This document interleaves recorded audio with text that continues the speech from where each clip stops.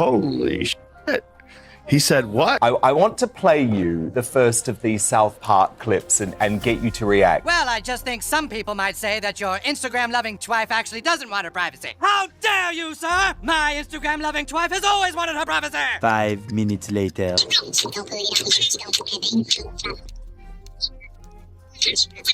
It's the biggest piece of dog.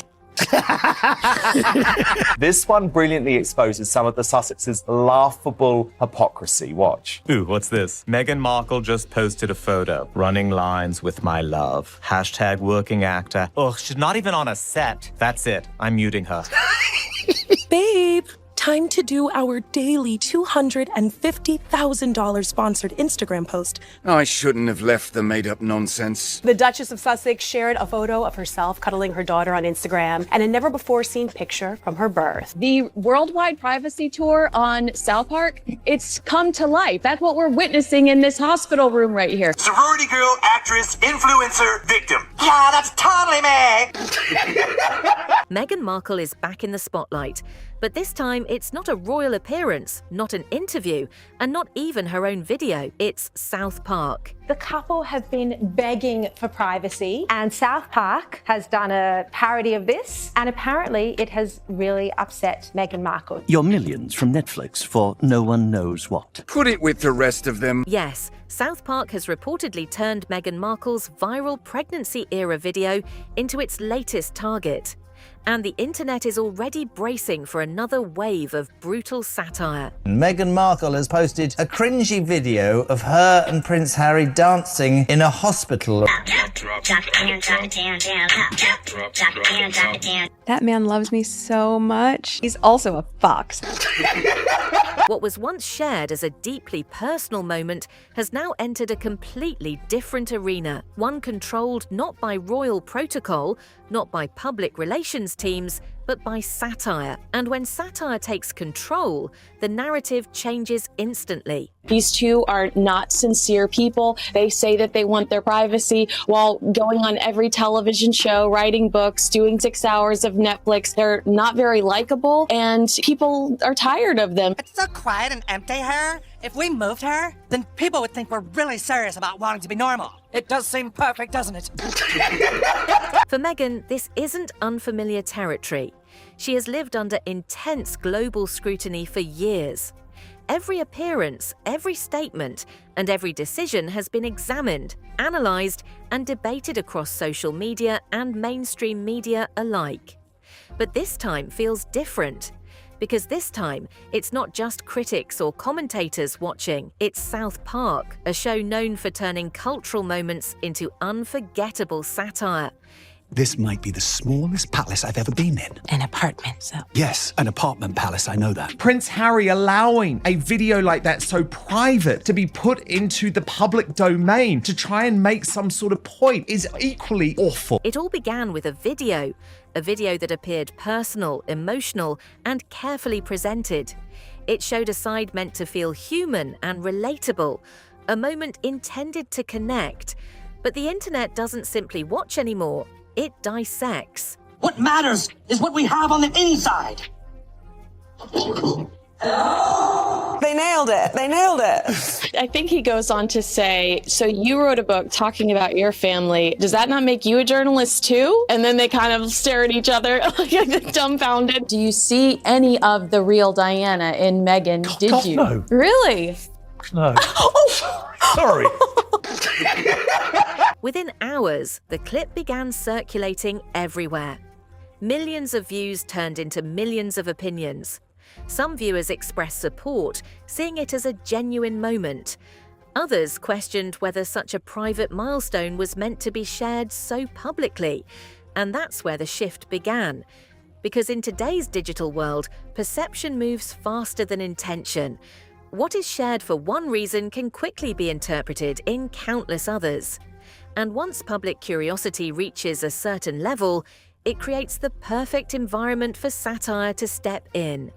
South Park has built its legacy on exactly these kinds of moments where public image and public perception collide. For decades, South Park has done what few shows dare to do. It reflects the cultural conversation without hesitation. It doesn't wait for permission. It doesn't avoid controversy. Instead, it amplifies it, exaggerates it, and forces audiences to confront it from a completely different perspective. Their satire is uncomfortable, bold, and impossible to ignore. Meghan Markle represents something larger than just one individual. She represents modern celebrity itself, a world where identity, narrative, and public image exist side by side.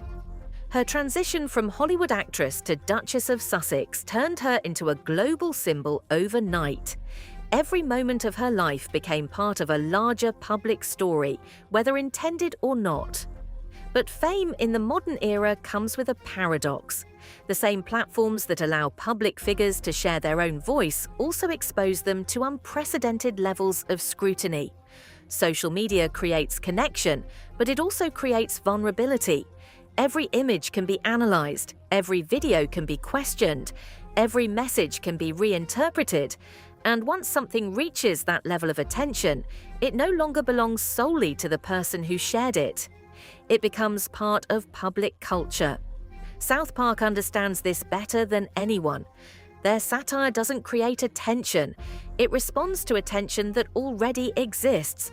It takes what millions of people are already thinking and presents it in a way that is impossible to ignore. Not as quiet criticism, but as loud, unapologetic commentary. Behind the humor lies something deeper, a reflection of how modern fame truly works. Because today, celebrity isn't just about talent or achievement. It's about perception. It's about narrative. It's about maintaining an image in a world that constantly questions it. For Meghan Markle, living in that reality has been a constant balancing act. Every attempt to control her narrative exists alongside a global audience interpreting it in real time. Supporters see strength and resilience. Critics see calculation and strategy. And somewhere in between lies the truth, shaped not just by facts, but by perception itself.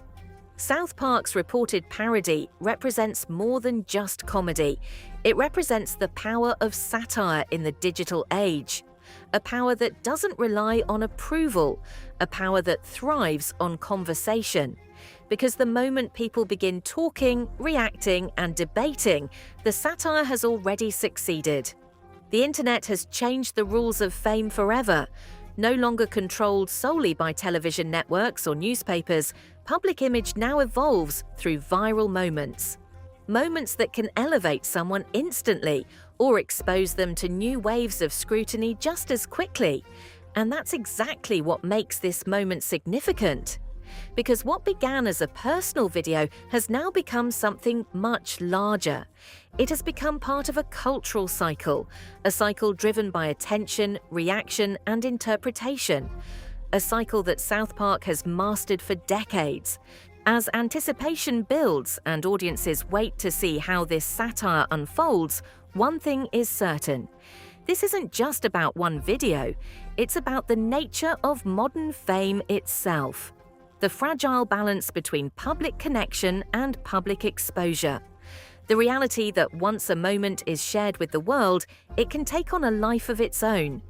For Meghan Markle, the spotlight has never truly disappeared. It has only shifted, evolved, and intensified over time. And now, with South Park entering the conversation once again, that spotlight burns brighter than ever. Because in the modern media era, attention is unpredictable. And once satire enters the picture, nothing stays the same.